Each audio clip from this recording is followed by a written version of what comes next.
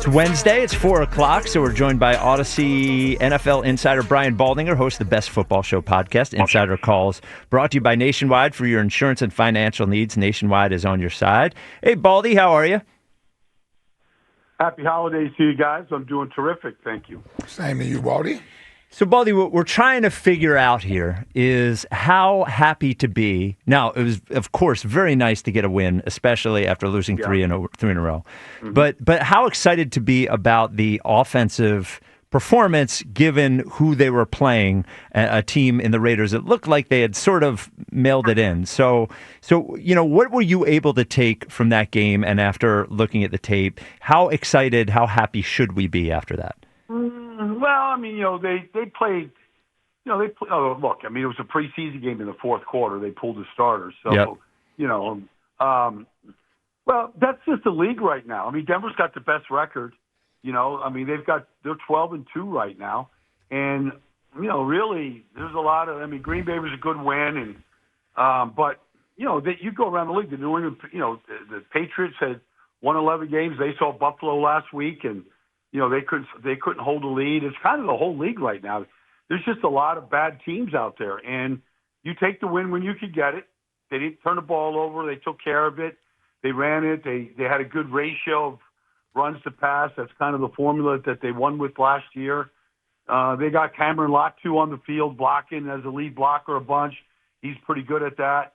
I thought they did what you're supposed to do. You're supposed to just wipe those teams up and not let them hang around. And they never let them hang around. And that's all you could do. And then should you feel good about it? Yeah, because you just took care of business. And you didn't let them even flirt with the idea that they belong with you. So from that standpoint, it's good. So from the run game perspective, they stayed committed to it, which was good. You look at the numbers at the end, and it wasn't a yards per carry thing that'll pop off the screen. What did you see in there in the run game in terms of production? How did you think the run game looked? Well, I mean, just from a volume standpoint, to get 47 runs. I mean, there's probably not 5 teams in this league this year that have run it 47 times in a game. So if you're able to do that and stay with it, and obviously Jalen was a big part of it, and it was good to see him get out there and run on designed runs and some scrambles, but a lot of option type runs for him. And I always think the offense looks better when he's running it, and he's pulled the ball down. So. I saw, he was a real big part of it. Like I said, Latu was a big part of the run game. He played 19 snaps the other day. That's the most he's played all year. I think you're going to see more of that. So I think to kind of answer this question, Spike, and then your initial question, I kind of think this is going to be their formula. They're going to see a beat up, pretty bad Washington team. They're not very good at all in the secondary. You might want to go test some of those guys back there. They've got their nickel corner playing outside in San Rizzo right now. That's not really what he's good at, and that's not what he was drafted to be. But that's because of injuries right now. He's forced to play there. You might want to go test those guys on the outside a little bit. Mm-hmm. Yeah, I'm kind of liking what I saw Sunday, Baldy, and if they can stick with that but add a little something to the 30 plays under center, they ran the majority of the time. If they can add a few more passing attempts from under center, I think they may find that happy medium where Jalen, who, let's face it, I don't think he loves being under center, but I think it's a necessary evil that he's starting to embrace and realize that it's going to help his job be a little easier. I just wonder if they start to add a little more play action pass from under center. I don't think there's any question about it. I think that's where the league is at right now. If you look at the best offenses in football, if you look at the Rams right now, you look at Detroit, you look at some of these teams, that's what they're doing right now. They're under center.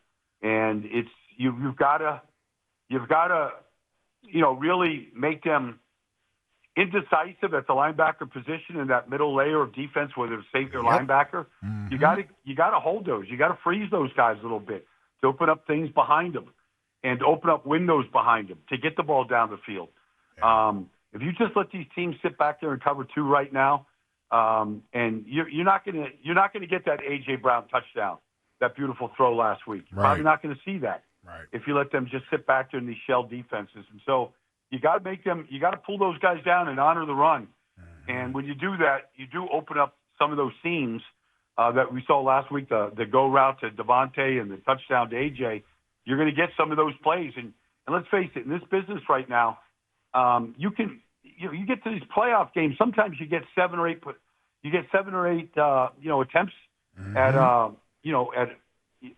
for an offensive try. Yeah.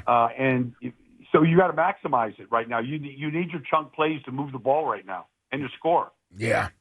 I totally agree. Go ahead. So, Baldy, hopefully, and we're all crossing our fingers that we get Lane Johnson back, and which gives them the ability once again to do the 6 offensive lineman thing, which is happening a lot more in the NFL now.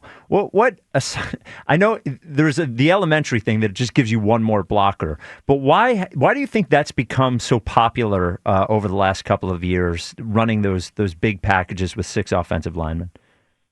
Well, the tight ends can't block. Oh, right. That's a good point. Yeah. All right. So, I remember asking John Gruden when he was coaching this question. I'm like, John, you can't find a tight end. He goes, you can't honor 2 gods, Baldy. All right, you're a receiver or you're a blocker. Period. That's how he kind of put it. Now he's being, curt, a little funny with it. But there's just very few guys. Like if you can't block the strong side, either end in a 7 technique or really good outside, stand-up linebacker. If you can't block that guy with your tight end, you don't have a strong side run game. Right. And so, Detroit, everybody's doing it to some degree. And the teams, obviously, Pittsburgh last night's got Darnell Washington at 325 pounds doing it. So that's a tight end, but he's really he's like a tackle. Yeah. Yeah. And he can catch too, obviously. But but that's why it's getting popular.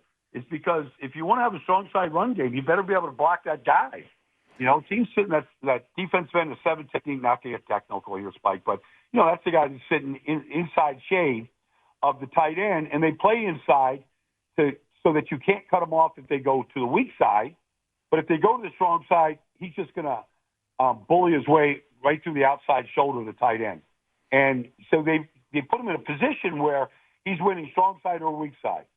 So if you put a guy, an offensive tackle in that position, in theory, you can't play that technique against a guy that, is a better run blocker.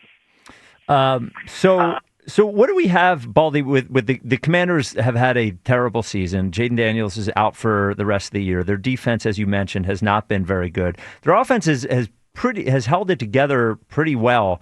What, if anything, do the Eagles have to be concerned about going into Washington on Saturday?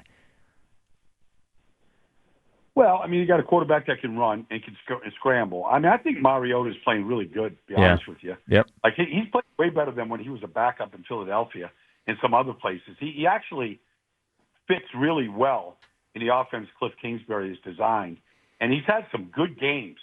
Now, you're going to see Jeremy McNichols. This is a guy, Spike, honestly, he's been cut 9 times in this league for a reason. But that's where they're at. Bill Krosky merits a rookie that showed a lot of promise early in the year with some real good quickness.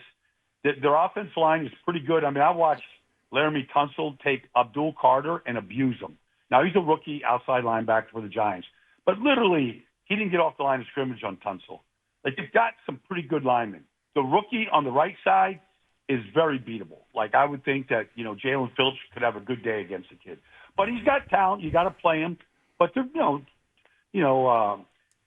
of those guys are pretty good players up front. They got a good blocker in 87, John Bates. He's a very good tight end that can block.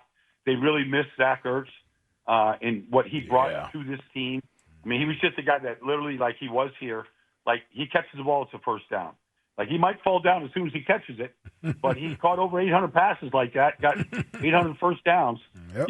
He kept the chains moving, and that's what Zach made a career doing. They don't have that right now.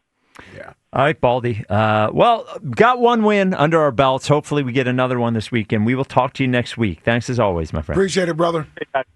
Happy holidays to you. Yep. There he is, the great Brian Baldinger, our Odyssey NFL insider, host of the Best Football Show podcast. Insider calls are brought to you by Nationwide. For your insurance and financial needs, Nationwide is on your side.